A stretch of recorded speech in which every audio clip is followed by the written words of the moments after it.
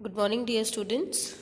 Today we'll be studying different types of fertilization and male and female reproductive system in the chapter 9, that is reproduction in animals. Okay, so let's move further with the topics today. Now मैंने आपको पिछली video में बताया था, पिछली class में भी समझाया था that what is fertilization. Now I'll be teaching you that there are two types of fertilization. Okay, आपने जैसा पढ़ा था उसके हिसाब से देखिए दो तरीके के फर्टिलाइजेशन होते हैं. First one is internal fertilisation and the second one is external fertilisation. ठीक है, अब जो इंटरनल फर्टिलाइजेशन है वो क्या होता है, आइए देखते हैं. Internal fertilisation is the fertilisation which takes place inside the body of the female, यानी कि वो फीमेल की बॉडी के अंदर होता है. That fertilisation is known as internal fertilisation. For examples humans, dogs, cows, birds etcetera, इन सब के अंदर किस टाइप का फर्टिलाइजेशन होता है, internal. Now the second type of fertilisation is the external fertilisation. ठीक है, तो अब जो एक्सटर्नल फर्टिलाइजेशन है, it is the fertilisation which takes place outside the body of the female, यानी कि ये फीमेल की बॉडी के बाहर होता है. और ये कौन से एनिमल्स में होता है, for example fish, frogs etcetera. ठीक है, तो जैसा कि आप देख सकते हो बच्चों कि जो फर्टिलाइजेशन है वो आपको उन्हीं के नेम से ही पता चल जाएंगे कि वो इंटरनल में क्या होगा एंड एक्सटर्नल में क्या होगा. जैसा कि आपको पता है इंटरनल मीन्स इनसाइड, उसी तरीके से एक्सटर्नल मीन्स आउटसाइड. तो जब फर्टिलाइजेशन इनसाइड हो रहा होगा तो it is internal and when it is taking place outside तो it is external. Okay, I hope this is clear to you. Now shall we move further? Now moving ahead to the next part, that is sexual reproduction in humans. अब आप जानते हो कि in this chapter we will be discussing about the reproductive organs which are involved in the sexual reproduction. और आप देख सकते हो the first one is the male reproductive organs. So the first is the male reproductive organs. अब आप देखिए इसमें different parts हैं आपके रिप्रोडक्टिव ऑर्गन्स के and they are labelled in the given slide. अब आप देख सकते हैं जो लेबलिंग है, it is bladder, urethra, penis, testicle, epididymis, vas deferens, prostate gland, seminal vesicle. यानी कि all these are the parts of your male reproductive system and the human male reproductive system is been shown in this diagram. Okay, now you can say students that talking about the testicle और the testes, इनको testes भी कहा जाता है. Testes are the real reproductive organs of the man. ये जो testes हैं आप जो देख सकते हो, इट इज़ बीन शेप्ड, ये रियल रिप्रोडक्टिव है मैन के केसेस में, because the male sex cells या जो आप मेल गैमीट्स, स्पर्म्स जो होते थे, these are made in these testis. यानी कि it is the most of the important thing, because अगर sperms produce नहीं होंगे then how will the process of fertilization will take place and then no offspring can be brought to the new world. okay, so अब आपको समझ में आया testes का function. Okay, now अब आप देख सकते हो the testes are enclosed in two small bags of skin called scrotal sacs. यानी कि आपने देखा होगा एक राउंड स्किन में कवर्ड हैं आपकी ये टेस्टीज, और इस स्किन को क्या कहा गया है, स्क्रोटल सैक्स, SACS. ठीक है, I hope this is clear. अब आप देखिए, जो the sperms which are formed in the testis come out and go into a coiled tube called epididymis. अब आप देख सकते हो, जो भी स्पर्म्स प्रोड्यूस होते हैं टेस्टिस में, वो बाहर जाते हैं और अंदर आते हैं एक कॉइल्ड ट्यूब में, और इस कॉइल्ड ट्यूब को क्या कहा गया है? Epididymis. Okay, from epididymis the sperms are carried by a long tube called sperm duct, या फिर आप इसको सेमिनल वेसाइकल भी बोल सकते हो। यानी कि अब जब आपके ये स्पर्म्स एक इस लॉन्ग ट्यूब में जब जाते हैं, तो इस लॉन्ग ट्यूब को क्या कहा गया है बेटा? ध्यान देना, स्पर्म डक्ट कहा गया है या फिर सेमिनल वेसाइकल। ठीक है, and the sperms they get stored in seminal vesicle. तो अभी तक मैंने आपको टेस्टिस का फंक्शन बता दिया, एपिडाइडमिस का बता दिया, सेमिनल वेसाइकल का। अब देखते हैं हम, सॉरी,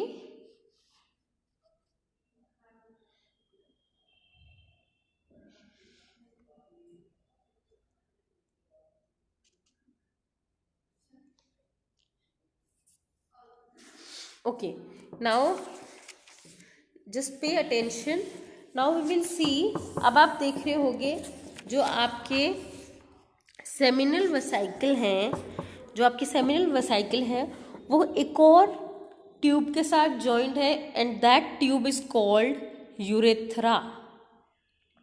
ठीक है, urethra which is coming from the bladder. ठीक है, now what does urethra do? Urethra carries the sperms to the organ called penis. अब आप देख सकते हो, यूरेथ्रा स्पर्म्स को कैरी करके लाती है कौन से ऑर्गन में? एक ऑर्गन जिसका नाम है penis. Okay, now what happens? The penis is an organ for introducing sperms into the women. यानी कि ये पेनिस जो है वो एक ऐसा ऑर्गन है which is helpful to pass the sperms into the women, and the penis passes the sperms from the men's body to the women's body for the purpose of reproduction। और penis का role ये है कि it passes the sperms from the men body से वो women body तक जो sperms होती है, इट passes that, और किसके लिए? For the process of reproduction. Okay, so the male reproductive system is designed to manufacture sperms and to deliver them to the place where one of them will be able to fuse with an egg cell called the female gamete and bring out fertilization। ठीक है, अब ध्यान से सुनिएगा, अगर आपको नहीं समझ में आया है फिर से सुनिएगा। मेल रिप्रोडक्टिव सिस्टम की वर्किंग कैसे बताई है मैंने, और एक बार फिर से बुक में रीड करिएगा। ठीक है, आपको अच्छे से समझ में आएगा that how is the male reproductive system works, और इसमें कौन कौन से डिफरेंट ऑर्गन्स हैं। Okay, I hope everything is clear now. Now moving ahead to the next reproductive system, that is the female reproductive system. ठीक है, अब आप देख सकते हो, this is how the female reproductive system is seen from the front. यानी कि सामने से देखने में ये फीमेल रिप्रोडक्टिव सिस्टम किस तरीके से दिखता है। अब आप देखिए, the different organs which are been involve in this are the fallopian tubes. जो आप देख रहे हो, दो साइड में ट्यूब्स गई हैं, these are known as fallopian tubes. और इन द एंड ओवरी, जो बीच वाला पोर्शन है, दैट इज द यूट्रस।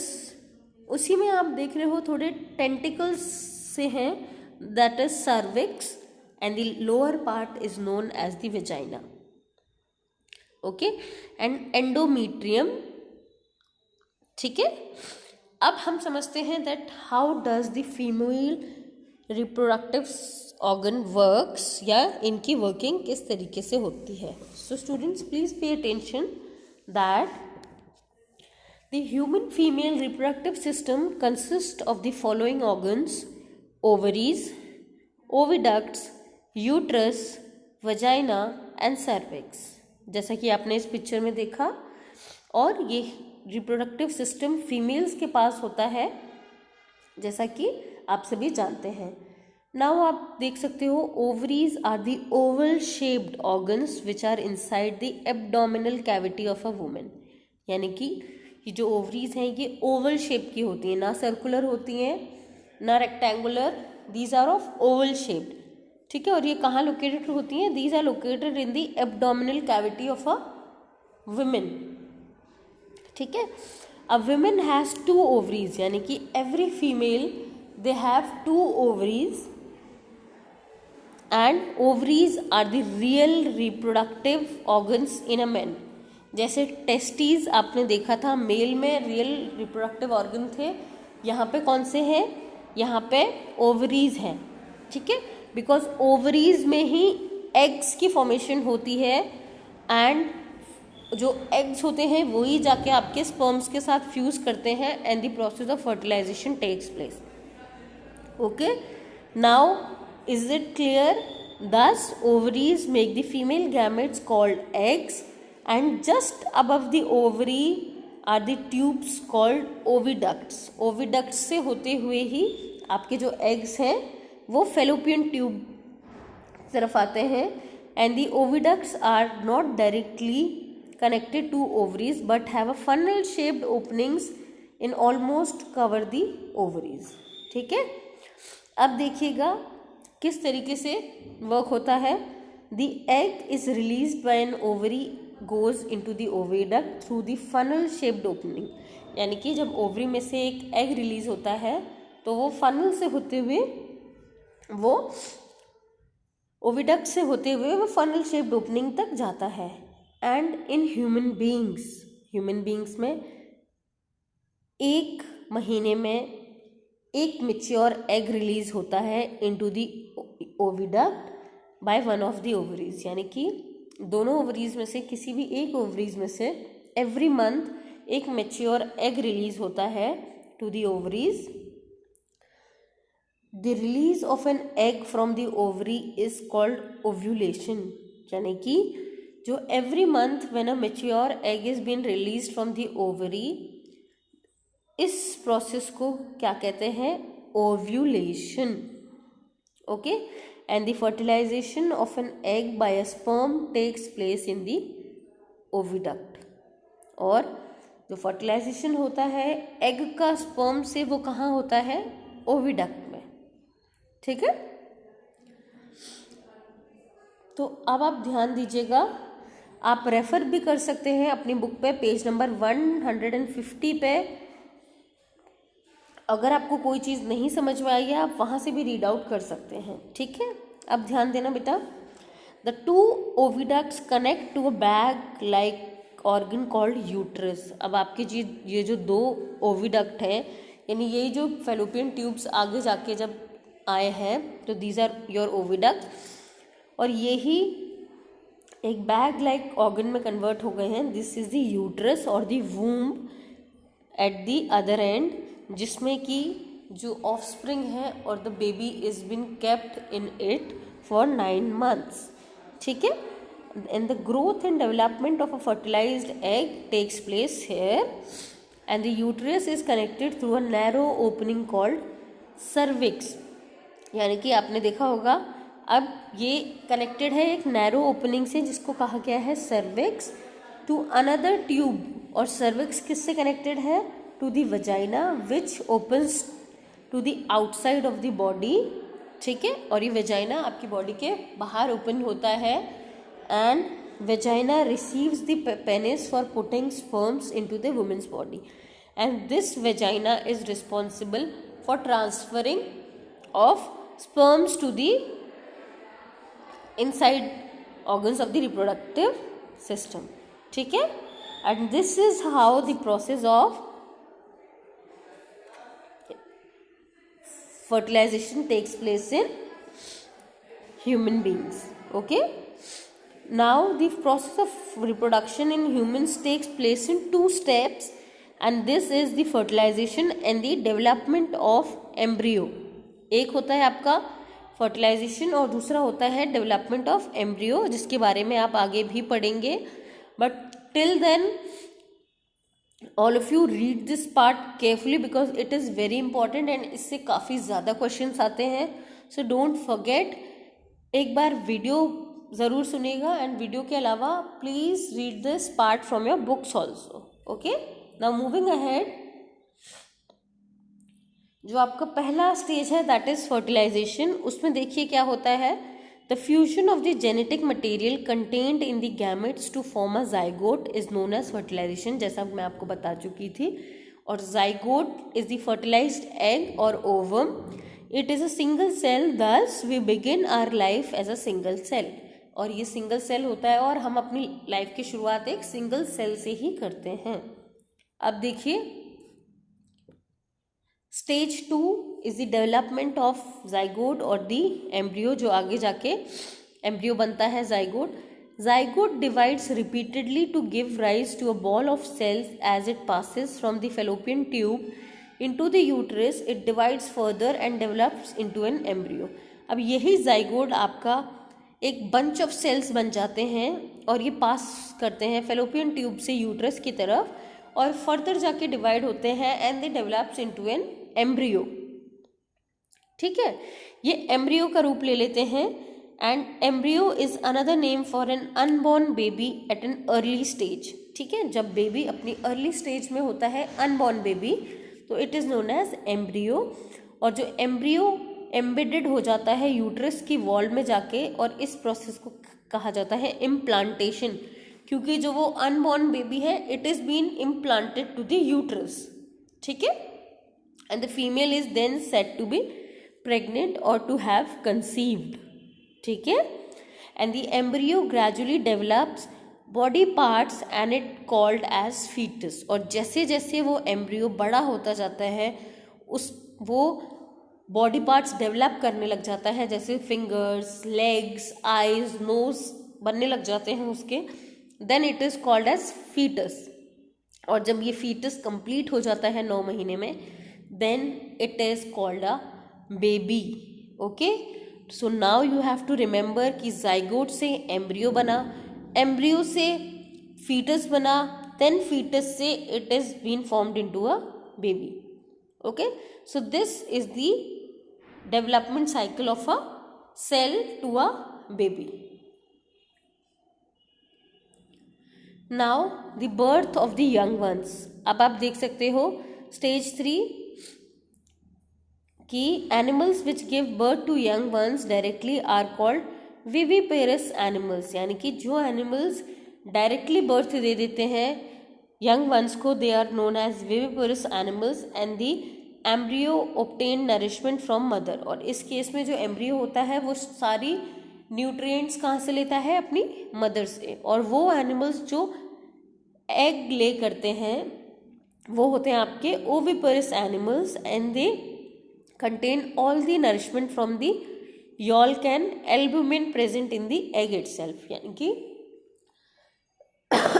उस केस में मदर प्रेजेंट नहीं होती, तो they take all the nutrients from the yolk and the albumin present in the egg itself. Okay, so the time between fertilization and the period of young one is called gestation period, यानी कि जब बच्चा zygote के form से लेके उसका जब तक बर्थ नहीं होता है और जब उसका बर्थ हो जाता है, उस पीरियड को क्या बोला जाता है, gestation period. Okay, is this clear? Now moving to the last step और the stage 4 that young ones to adults, और कैसे ये young ones जब adults बन जाते हैं, and the natural process by which an animal after birth or hatching undergoes abrupt changes in its body structure until it reaches an adult stage is called metamorphosis। यानी कि बचपन से लेके जब तक वो बड़ा होता है और जितने उसके बॉडी में के स्ट्रक्चर में चेंजेस आते हैं उनको क्या कहा जाता है, मेटामॉर्फोसिस। ठीक है, जैसे कि आप देख सकते हो न्यूबॉर्न इन्फेंट, फिर न्यूबॉर्न इन्फेंट 0 to 28 डेज तक, 28 डेज से 23 मंथ्स तक, फिर चिल्ड्रन 2 से 11 ईयर्स तक, फिर एडोलेसेंट 12 टू 18 ईयर्स, फिर एडल्ट बन जाता है वो 19 टू 28, फिर वो मिडिल एडल्टहुड में आ जाता है, फिर लिटिल एडल्टहुड में चला जाता है। इस तरीके से this is how the young ones change their structure with their age. Okay, now students, I hope this is clear. With this part your part has been completed now, so we will continue with the next topic, that is in vitro fertilization and the differences between zygote and embryo and fetus in the next class tomorrow. But till then you have to listen to the video and the audio very carefully and ensure that you read this part from your book also. Okay, thank you students. But before that you can see this picture, metamorphosis. इसमें भी देखिए, आप एक प्यारा सा example बताया है, ध्यान से देखिए. एग से टैडपोल बना, टैडपोल से यंग फ्रॉग बना, और उससे देखिए आप एक एडल्ट फ्रॉग बना. And this is how metamorphosis takes place in frog. Okay, समझ में आया आप सभी को? I hope this is clear. So this much for today students. Thank you and have a nice day for your patience listening. And I hope कि आप ये सारा पोर्शन अपनी बुक से भी रीड आउट करेंगे. And in case you have any doubt, you can ask me in the class tomorrow. Thank you very much students.